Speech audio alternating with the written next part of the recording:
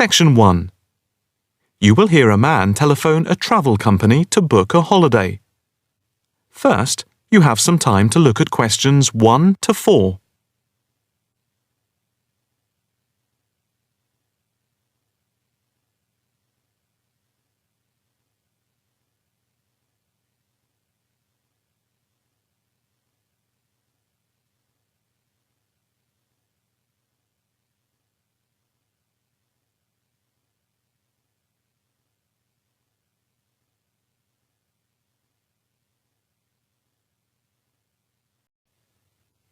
Now the test will begin.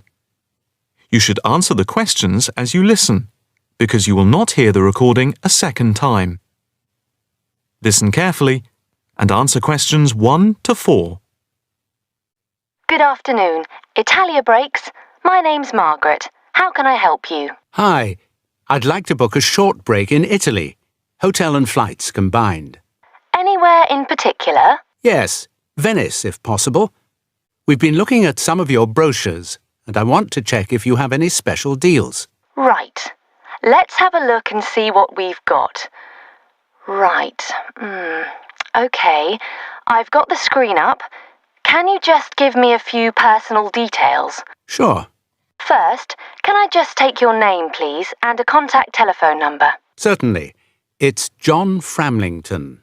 That's Framlington. And I'll give you my mobile number. I can't always remember it. Yes, here it is. It's 07987 441192. 441192. That's it. And how many people is it for? Just 2 adults. OK. Any particular price range? It's our first wedding anniversary, and we... Congratulations! Thank you. So we wanted somewhere nice, but not too expensive. We would like to make it something to remember. Maybe in the medium price range. OK. How many nights do you plan to stay? 5 nights only. That gives us plenty of time to do sightseeing and to relax. Right. That's 5 nights only. And what type of hotel? We initially thought of going for a 5-star, but that might be too expensive. So we've been looking at 4-star hotels. We've got quite a few in our brochure, but the one I would recommend is the Hotel Scotland. It's 4-star, and I know there are rooms available because I have just made a booking for another client there. I didn't notice that one. I don't know how I didn't see it. It's easy to miss them. I've also stayed there myself, as we sometimes have to go and check out the hotels. And of all the ones I visited, this was my favourite. Oh, right. Before you hear the rest of the conversation, you have some time to look at questions 5 to 10.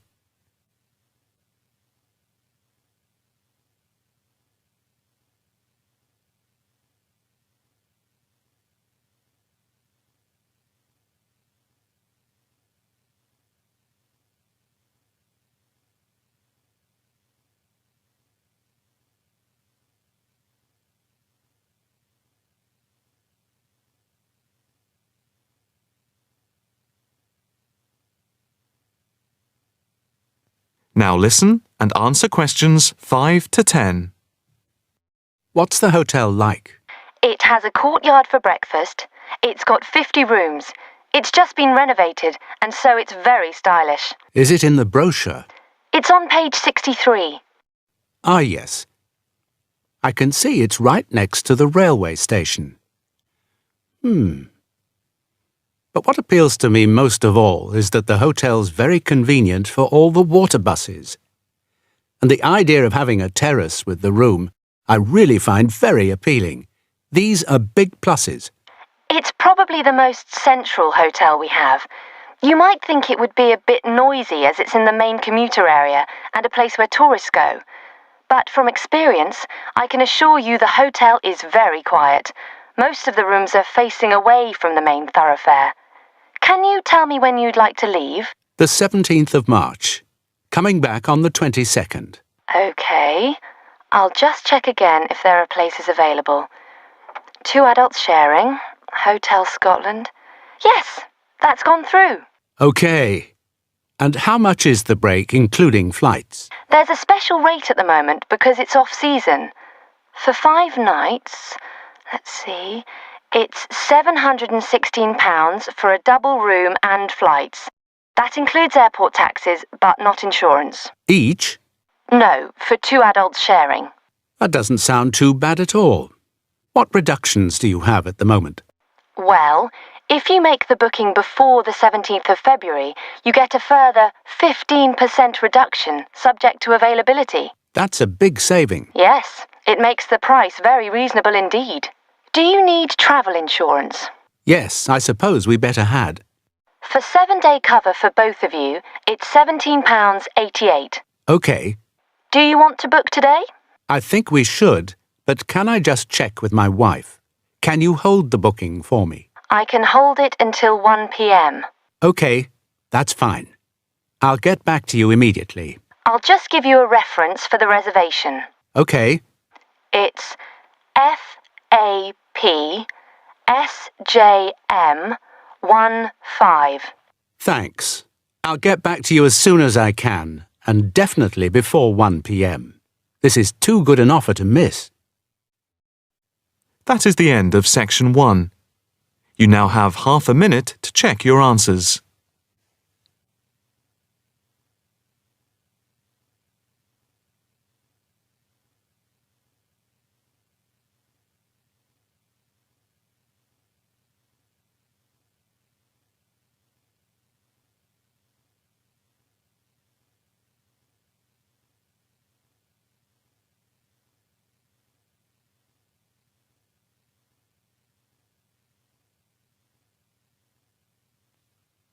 Now turn to Section 2.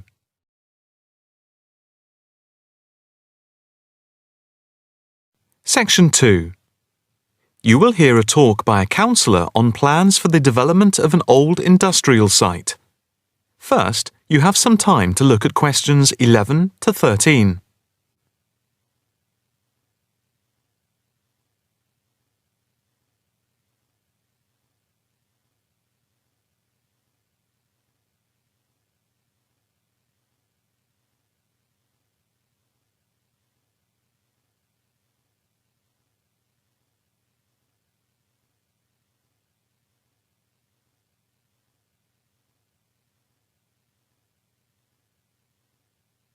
Now listen carefully and answer questions 11 to 13.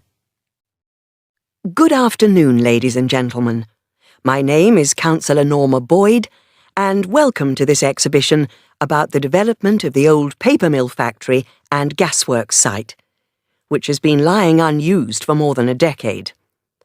There has been pressure on the council to use the land to build a training centre and a small business park.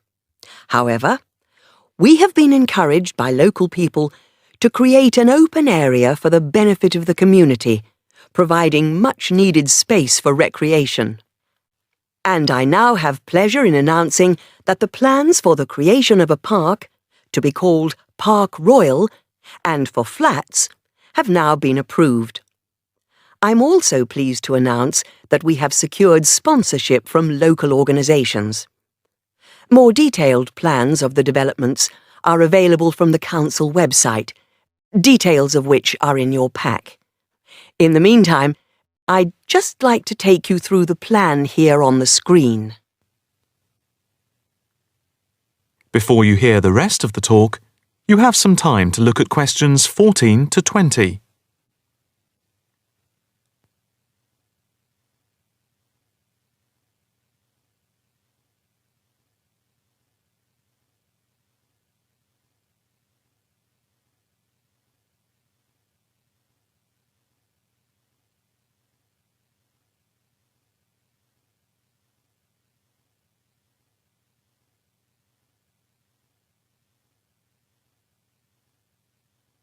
Now listen carefully and answer questions 14 to 20. If we start here at the bottom, you can see Parkside Street, where the main entrance to the park is. On the left of the entrance, in the bottom left-hand corner of the plan, there will be a block of 40 studio flats, On the other side of the entrance, there will be some workshops for local businesses. There will also be another entrance here, on the top right, which leads into Pear Street. Here, in the centre of the park, we will have an ornamental lake with paths radiating north, south, east and west to the different areas of the park. In the top right-hand corner, just by the Pear Street entrance, there will be a large sports area with 2 football pitches and 4 tennis and volleyball courts. Just here, beside the pitches, on the same side of the path, will be an outdoor swimming pool. Now, in the top left-hand corner, a walled flower garden is planned with a rockery and a water feature with walkways, seats and lots of shady areas for the summer. Next to this, a sculpture garden is also planned. Now, let's see. Just here, below the walled garden, there will be a grassy amphitheatre with a permanent covered stage for open-air concerts. We hope that local schools and colleges will use this theatre to showcase student work. In the bottom left-hand corner of the plan, you can see that above the block of flats there will be a play area for children, and directly to the right of this, just near the main entrance, there will be a wild area. More trees will be planted here, and in the middle will be built an educational centre for use by local schools to encourage children to take care of the wildlife and look after the trees and plants. And finally, in the bottom right-hand corner of the park will be a cafe, opening on to Pear Street. And now for questions. If anyone would like to ask anything, I and my colleagues are only too happy to oblige. Yes, the lady in the front row, if I could have your... That is the end of section 2. You now have half a minute to check your answers.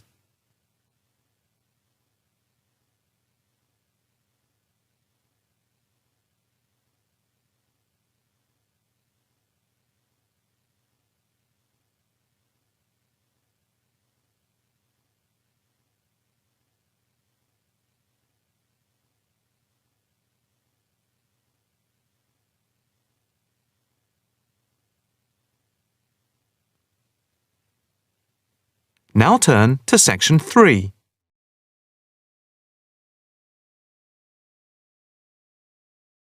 Section 3. You will hear a female student inquiring about changing her course. First, you have some time to look at questions 21 to 25.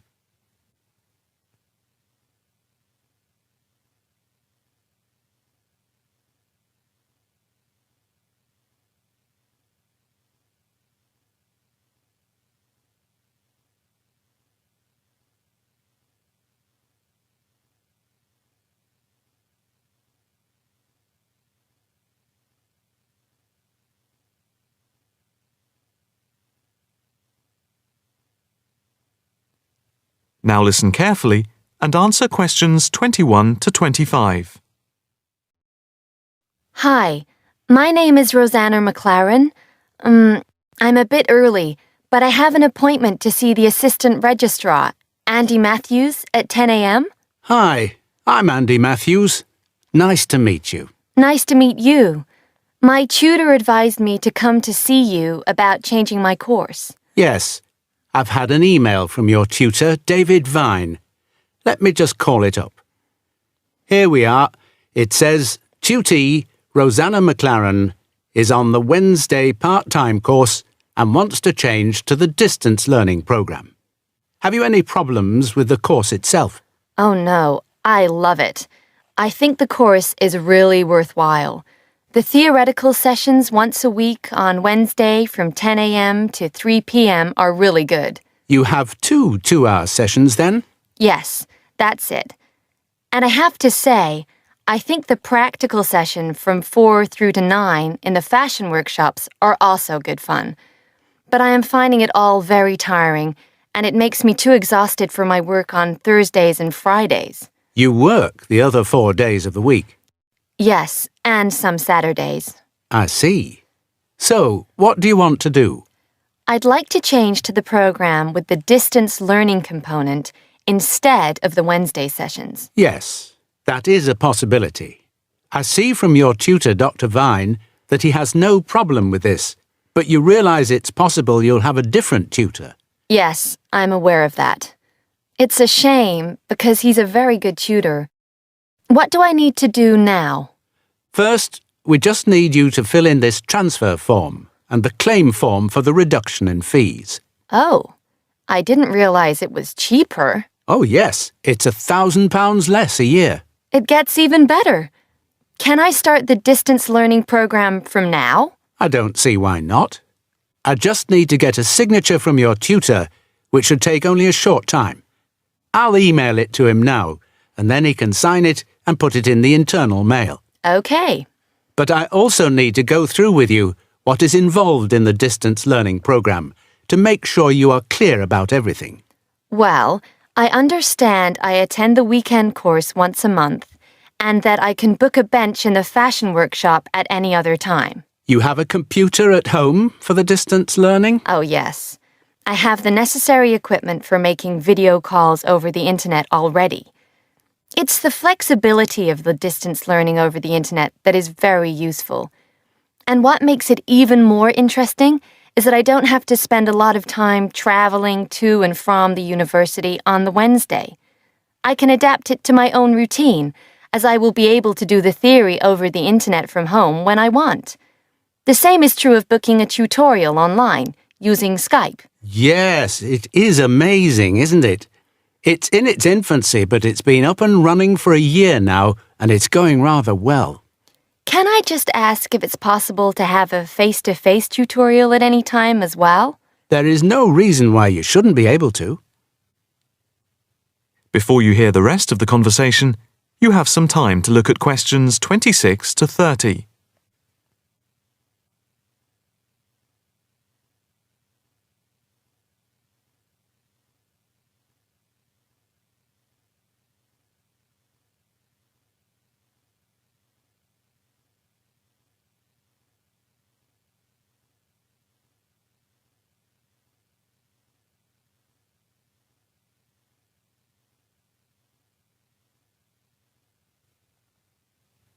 Now listen carefully and answer questions 26 to 30. What about the assessment for the distance learning? I take it that it's the same as for the other program? Let me see. Each month you are expected to keep a written course diary and to present a seminar paper, and at the very end of the course there will be a written exam which will account for 30% of the total marks. What about the coursework? How much does it account for? The design portfolio, which you need to present at the end, accounts for 50%. I would point out just one thing, and that is that on the distance learning program, some tutors like to see the design portfolio twice each term to make sure you're on the right track. But of course you can take it in at any time to show your tutor. And as part of the assessment for the portfolio, you have to present at least one fashion item at a fashion show at the end of the course. Is there anything else? No, that's it. Thank you for all your help. No problem.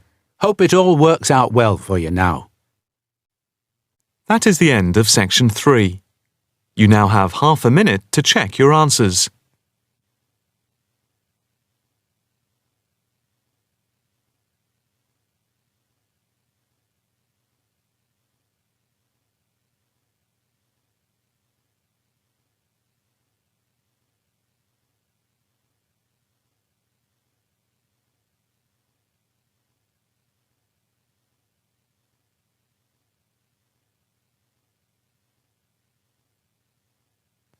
Now turn to section 4.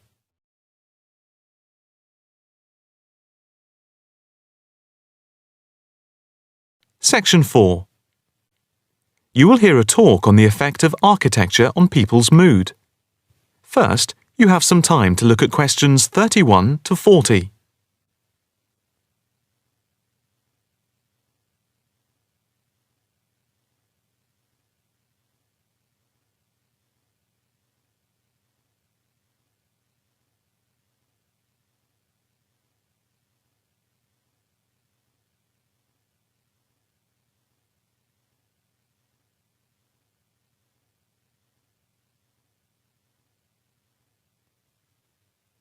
Now listen carefully and answer questions 31 to 40.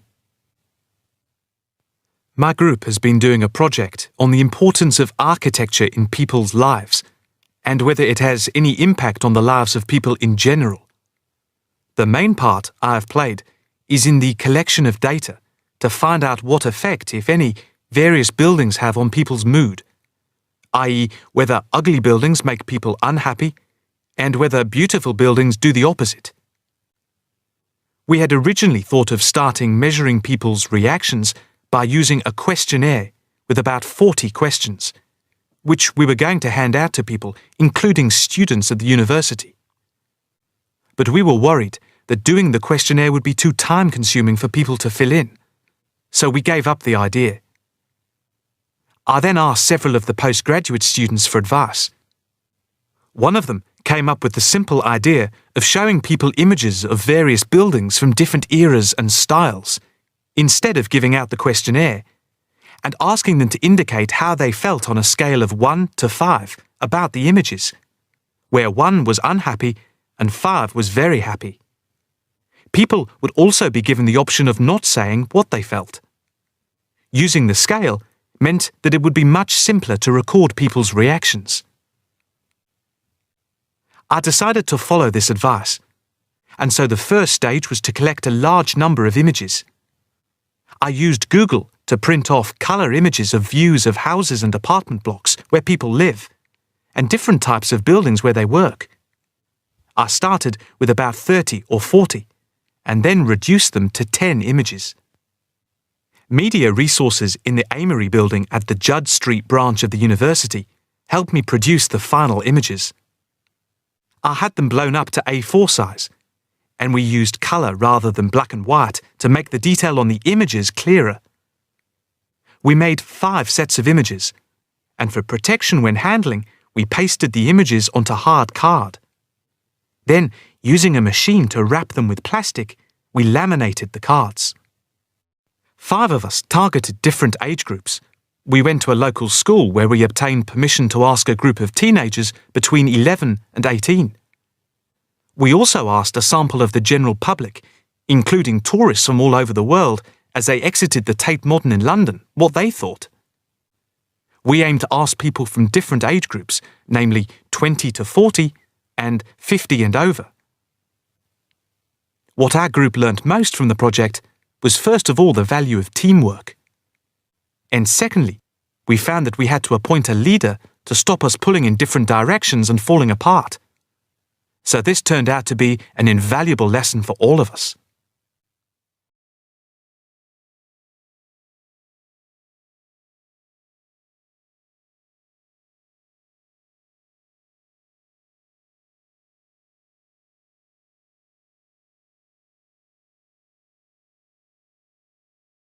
As to the findings, for us they proved intriguing.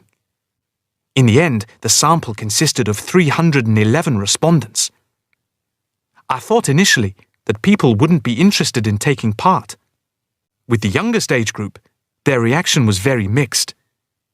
It was clear that the youngest group had no pattern of preference at all, as they frequently gave no reaction to the pictures. For the 20 to 40 age group, we found that they tended to score more in the middle range, around 3. We found that out of the 3 groups, the most likely to be favourably affected by the images, that is, they were more likely to score the images as 5, were those aged 50 and above. And nobody in this age group failed to say what their reaction was, which was unique for the 3 groups. In total, I have to say that about 71 people indicated that they had no reaction at all to an image. Our general conclusion is that we need to find out more about why people react as they do, by perhaps giving them a chance to give reasons for their decisions. I would like to finish there and give my teammates a chance to add anything I've missed or take any questions or suggestions. That is the end of section 4. You now have half a minute to check your answers.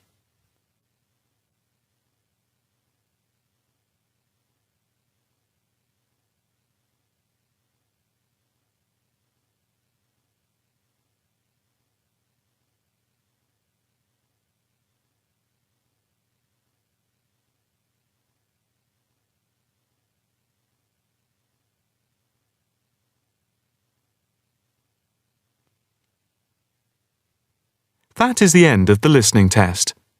You now have 10 minutes to transfer your answers to the listening answer sheet.